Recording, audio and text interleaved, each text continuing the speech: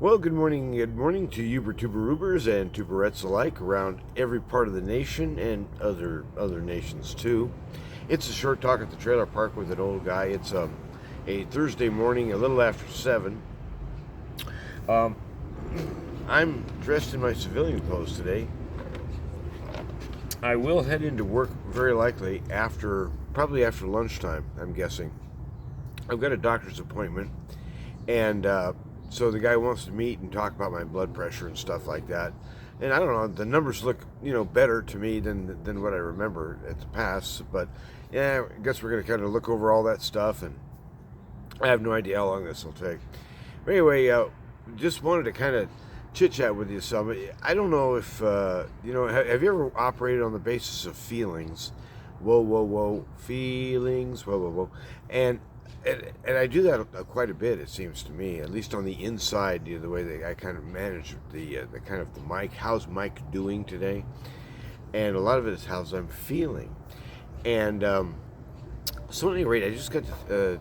It just seems strange to me, and I don't know if I can communicate this very accurately. And so, I mean, if I'm one of many, then a lot of people will nod their head and go, "Yeah, I know what you're talking about." And if I'm just one, then people will kind of go, "Huh?" Does it seem to you that there's something hanging over our heads right now? I don't know if it's politically or culturally or in some big item in the news. It seems to me that we're on the verge, I guess I say, of something big. What does that mean? I mean, if that's a prediction, well, hooray! You're always right. I mean, how vague can we be, right? And so I don't even know exactly how to convey it in English to feel like there's something big about to happen, or big changes, something. And I can't put my finger on any of it. So it's like, well, gee, that was really helpful information. Thanks, Mike. But if you have that kind of stuff in your head or in your heart, like I do, I find that it demotivates me. I don't want to work. I don't want to go to work. I don't want to. I don't want to build. I don't want to think about things. It's just like I just want to check out. Like, show me the door. And why? Because the threat is unknown. The threat is non-specific, right? So I thought, what we need a specific threat instead. We need a very specific threat, and his name is I am that am, Yahweh in the Old Testament.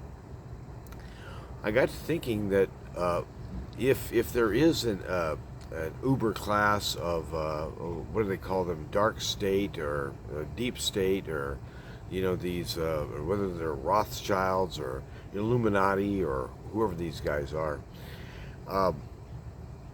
if those guys are out there and they essentially are trying to keep you in a state of fear, keep your mind occupied, and that way you won't be doing certain things because your mind will already be occupied by fear.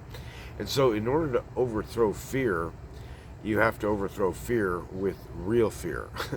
Like, for instance, right now, if we're having a little discussion about fear, well, if over that fence, which you can't see, right behind the back, actually, I'm pointing at it right now, but that's wrong. So it's like a mirror, okay? But anyway, I'm looking at the fence, trust me. And I can show you the fence if you need to see it. But when we have a real barrier, and let's say over that barrier came, let's say, an African lion or, a tiger from India. And it's like, I could tell this thing was hungry and it was looking right at me. A real fear at that time would cause you to actually stand up and do something, right? You wouldn't, or else maybe you might just freeze in position. I don't know. But the point is that when you're confronted in fears, what we need is an actual real fear. And I got to thinking that, in terms of the word of the Lord, what is the word of the Lord? What is his word to us anyway? Well, at least in part, it is fear not. I mean, when the angel shows up, that's one of the first things angels say to humans, because apparently angels are pretty scary to look at. But the point is that the fears of this world, and almost all of them that I can think of lately, at least in my mind, have demonic content or demonic links. In other words, these big changes we're talking about are not things like suddenly people are going to start wearing their hats backwards or something. No, it's like a huge social disaster kind of thing, like the idea of LGBTQRXYPVC stuff actually rooting in and becoming part of our culture like they're doing right now. That's basically wicked. That's a mockery of God, and that it's not really going to stand. God will judge this, but the point is that what I'm saying is that when we're dealing with a fear in our mind that has a demonic root or demonic origin, then we need to have a sphere in our mind that features the Spirit of God, and who is the Spirit of truth, the Spirit of Christ. And so, in other words, He stirs up fear in our hearts and causes us to remember, oh yeah, I do remember, the fear of the Lord makes clean. Fear God and keep His commandments. This is the basic path laid out by the wisdom of the preacher man, I believe in Ecclesiastes. I think that's correct. But at any rate, maybe Proverbs, sorry. But the point is that I got to thinking about it in terms of my message to you. What is my message to you? Well, it is the good news, right?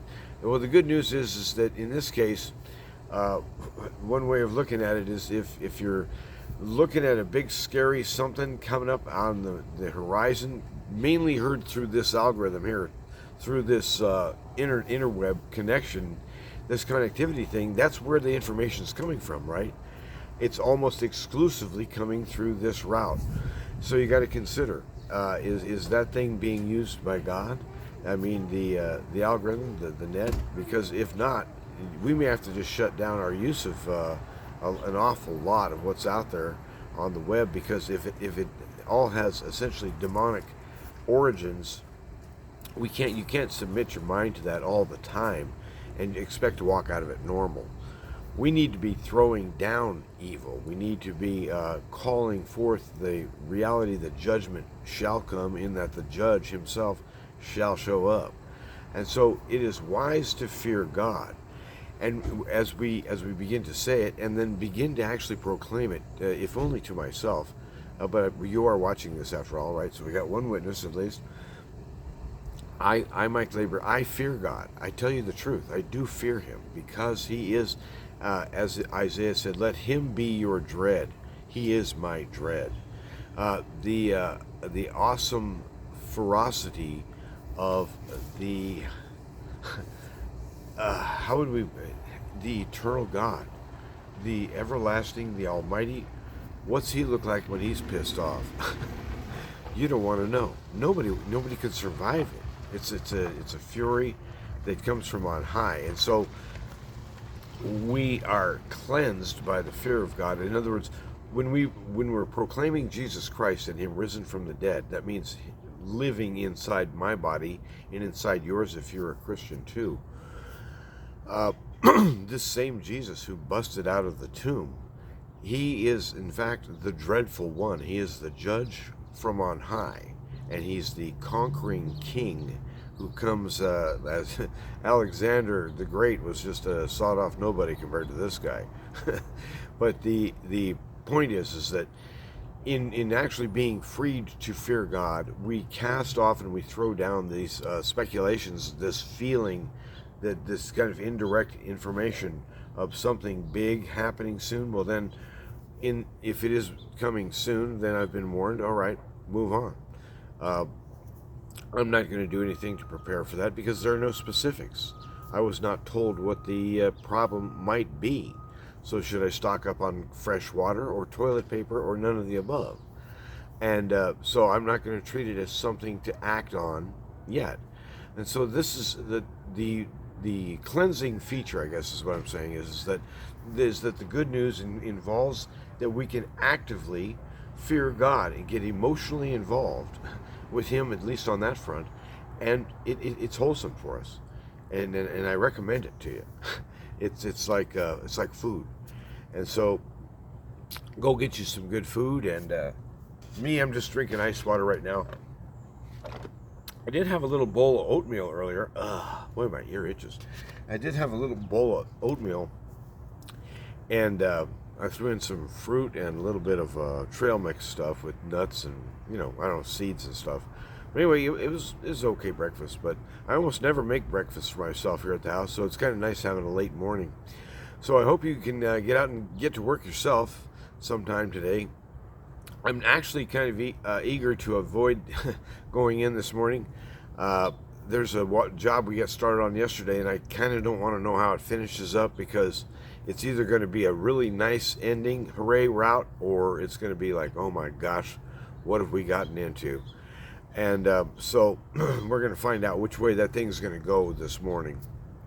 And I didn't want to be there because I'm afraid that I might read into it and read the situation wrong, and for errors like I forgot to turn a valve back on or whatever, suddenly a huge chain of decisions comes up, and you end up planning work that you don't even need to do. Oh, we're trying to go around trees that are humongous with roots and stuff. So at any rate, we're going to find out what's going to go on with that, and I'm going to let Juan and his young guy Brian work on that, and we'll see what happens. And who knows? Maybe we got a new exciting job coming up tomorrow. I don't know. We'll see what happens. Have a good day, and run to win. The winning answer is God won. God wins in us, and it does make sense that if your mind is being challenged by fear, that you drag up the real fear, and the real fear, the I am that am, who is coming in truth. He will cleanse our hearts and minds. He will redirect our vision to Jesus Christ, the risen, who dwells in us. And it's you, Lord, in our prayers that we speak to, and it's you that we hope to communicate by word and by deed. Your excellency shall be known to the ends of the earth, and may I become a facet of that. May I reflect somewhat of your glory, my King. Why? Because you deserve it. Way more than that. It's the right thing. Have a good day. Bye-bye.